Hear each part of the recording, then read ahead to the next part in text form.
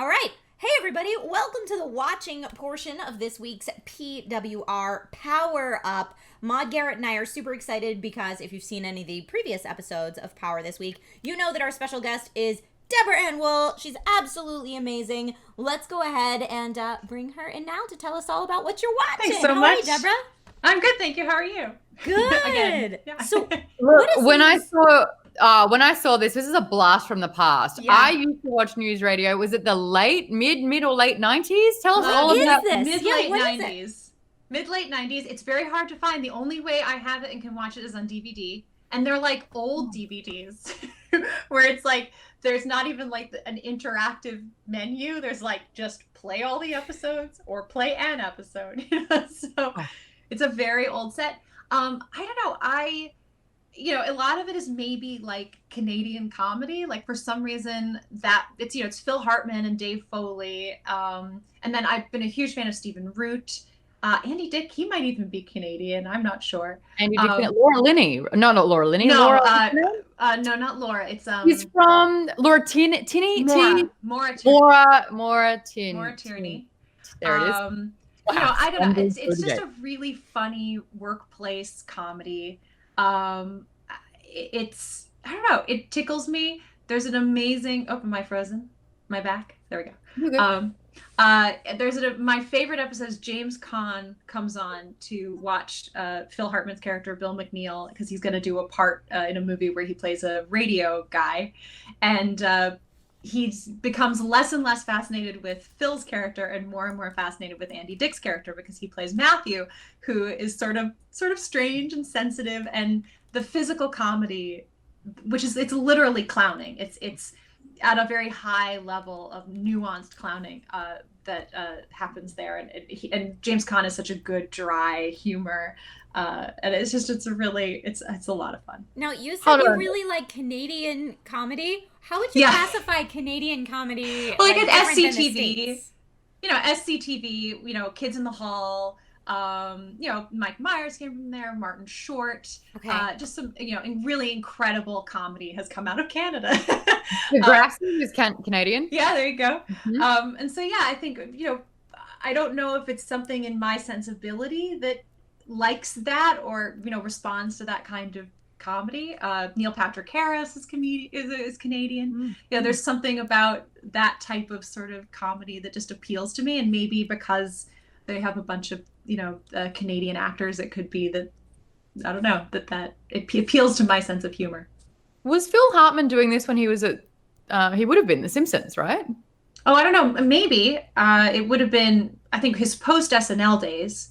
It would have been like his job after that, but he's very funny. Doing them simultaneously. That's really interesting. He passed away in 1999. Yes, towards the end of they were still doing the show.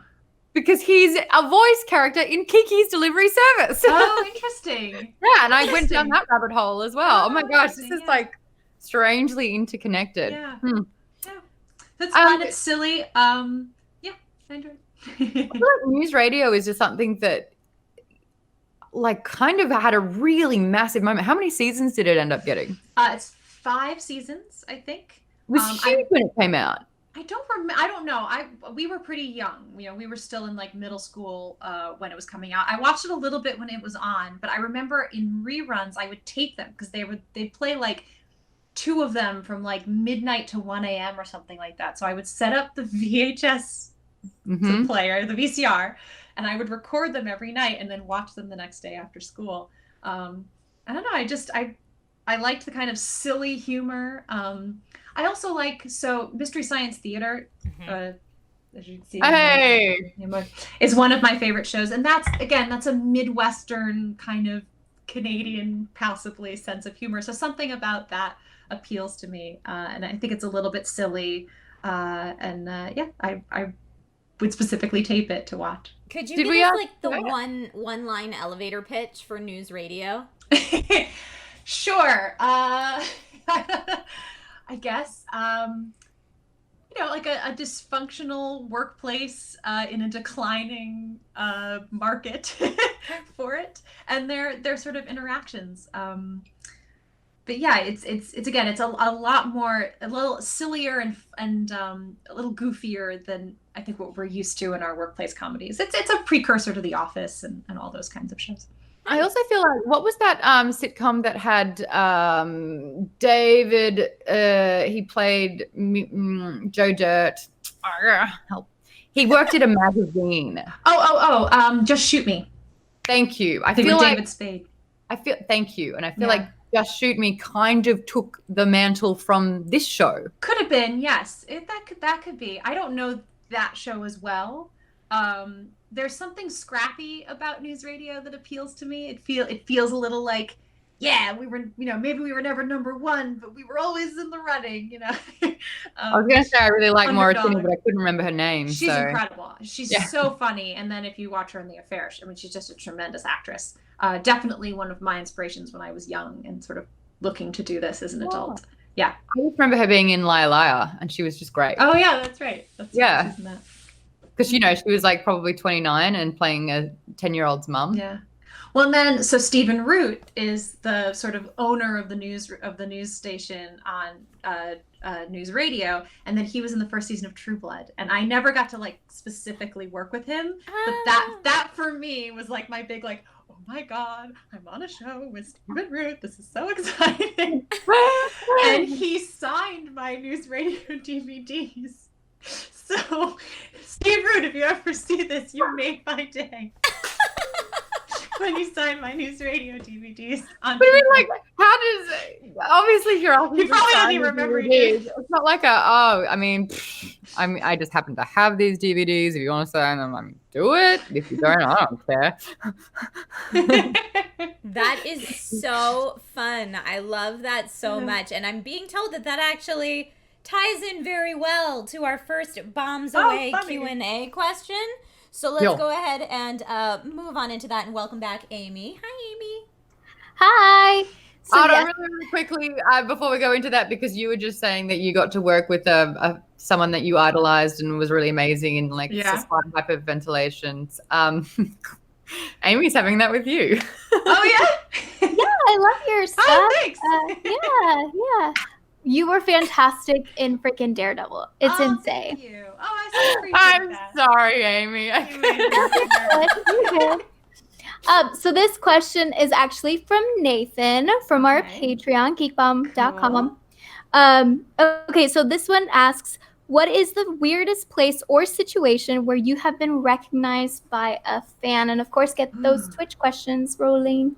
I mean, it's the bathroom. The number of times, anyone who has like any kind of recognizable face, so many people, because that's where like you're a little bit trapped, you're all in there together. So the number of times I get recognized in a bathroom and then people want to take pictures in the bathroom and I'm like, this is weird. I don't know how I feel. And a bunch of times I've been like, sure, let's just go out here first to take the picture in the hallway, so that your memory of having met me doesn't like immortalize with a toilet behind us. Can I tell you, Deborah, the only time you and I have ever met in real life was in a bathroom. Oh yeah? Was it really? It was a Geek and Sundry, and I was like so embarrassed because I wanted to be like, oh man, I really like your work, but I think I was painted green head to toe and in like a super weird outfit because I was doing Was it at Comic-Con at the time? Yeah, I hosted a video game show called Game Engine for Geek and Sundry for years. And you were there doing Relics and Rarities. But we both, I was coming out of the bathroom while you were coming into the bathroom. And I realized how stupid I looked and was like, you know what?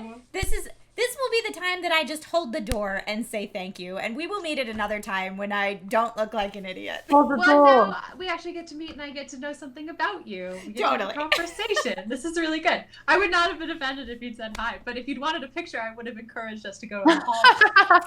I don't know that I would have been able to even picture because it was like I had taken my wig off. So the green was only like here. Like it was not the cool, I'm in full costume. Weird look. It was the I'm halfway in between weird look, I will say though that there's different sort of ways to receive, I guess. Like if you run into someone or if you meet someone for the first time and they want to say something, there's variations of it. There's I know where you're from, and I'm really appreciative of your work, and I think you're amazing, and this is like so overwhelming for me that I get to see you in real life. And there's also you look familiar. What are you? How do I know you? Yeah. How do I know you? And you're like, that is not my job, and we are not doing this, and I'm not going to I am not telling you like a list of things where I could potentially know you. So no, I usually just say, shit. I work in television. It's probably something like that. I'm like, figure it out. Bye. So I usually say, do you watch shows on the internet? There you go. Do you watch a lot of things on the internet? Okay, maybe there. Maybe there. But to be fair with Amy, she's an actress, and I think that cool. she definitely falls into the. I've seen you. You're amazing. Oh, cool. I didn't mean to embarrass her. No, you're good. Honestly, my tooth hurts. I'm just like, ow. Like, my wisdom tooth is killing me. And I'm like, play it cool. You're fine. Oh, I'm so sorry. No, it's okay. This is a great distraction. Okay, Amy, do we need to stop the show and get you a dentist? Power down. That might be what we have to do because I don't have one. Do you remember my giant mouth ulcer from last week that I kind of was saying in the between section? It's still trucking. Still going. I swear it was like nearly the size of a penny. Yeah, no, it's nasty. Anyway, now everyone knows. Cool. So. Oh yeah. This is the kind of like really in-depth personal conversation we have on the after show, everybody. Just in case you're. Yeah, we talk about profound things. We cure life. What a promo for the show. Cure life. Wow. I mean, I would love to keep talking about this, but Amy, do we have a question from the Twitch chat? We do. From the Catnip Ninja, who is one actor or actress you would want to work with? Ooh, so that's easy. It's Mark Rylance. So he's a British stage actor. Yeah, there you go, Amy. She's a true actress. She knows. So he's incredible. He's won numerous awards from anyone who ever gave out acting awards has given him one. I know Mark. He's got the sweetest face. He just looks like the nicest person on the planet. And that's the sense you get from him. Most people will know him. He's done a bunch of Steven Spielberg movies, so you'll know him. So he was the BFG, things like that. But if you know him, he was the artistic director of the Globe Stage in London for many, many years. I saw a bunch of his productions and just fell in love with him. He did a 3-person Tempest that blew my mind. It was just a wonderful way to re-envision it. Not to go too far into it, if you're a Shakespeare geek, you know that Tempest opens with a storm, which is very hard to do on stage, but if they did it in Elizabethan times, you can do it now. And essentially Prospero, who's this magician, is creating the storm to sink this ship. And on the ship, where all these people are going, oh no, jump off, abandon ship, but all this stuff going on. So what he did for a 3-man Tempest is, as Prospero, he came out with a chess set with all of the pieces on the board. And he did the whole thing like a little boy in the bathtub playing with his ships. And he's going, oh no, abandon ship, oh, psh, like he was playing. And it was the perfect way to show Prospero and his arrogance and childishness, that he's casting this spell and he's causing this to actually happen somewhere else while he's playing at home. And again, I was just like, this is such an intelligent way to take this story into the present day without changing the period, but just give it fresh life. And I saw his Olivia he did in 12th Night, which is groundbreaking and incredible. I saw his Richard III.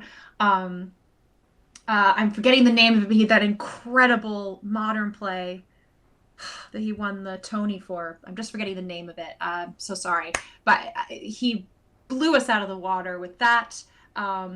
So he's just an incredible actor that I think I could learn so much from. He has this beautiful childlike innocence when he acts, when he plays. He stutters when he does Shakespeare. I love it because it's not precious. It's just talking, he's so clear in his thought and intention. So if I am a very, very lucky person, I will someday maybe be in the same room as him, much less ever actually end up sharing words. So that's Wolf is the name in chat right now. Says Mark Rylance, what a good pool. He's incredible. I really per our previous conversation of what it is that you are wanting to do, I need to see you on stage. Like just hearing you even talk about these productions and like how they are set about. Yeah. Like I get it now. Like Theater is the most incredible experience. I hope every actor tries it at some point in their career, and most of us do. It tends to be where we start, but it's just unlike anything else, and I miss it in my bones. So hopefully someday. Right now, no theater is happening. No, so we have to sort of wait and see. Yeah. Also, maybe I'll talk about it in Power Down, but Mark Rylance's eyebrows, you know, the eyebrows that kind of go up like that a lot, and they always look like they're asking a question. I am insanely attracted to that. He's a very handsome man too. Yes, he's got it all, the full package. All right, that's a good bucket list to have. That's been our 2 questions. We should move on to reading. Let's do that. Yes, thank you, Deborah, for telling us what you're watching. Hang on, everybody. We'll be right back with reading.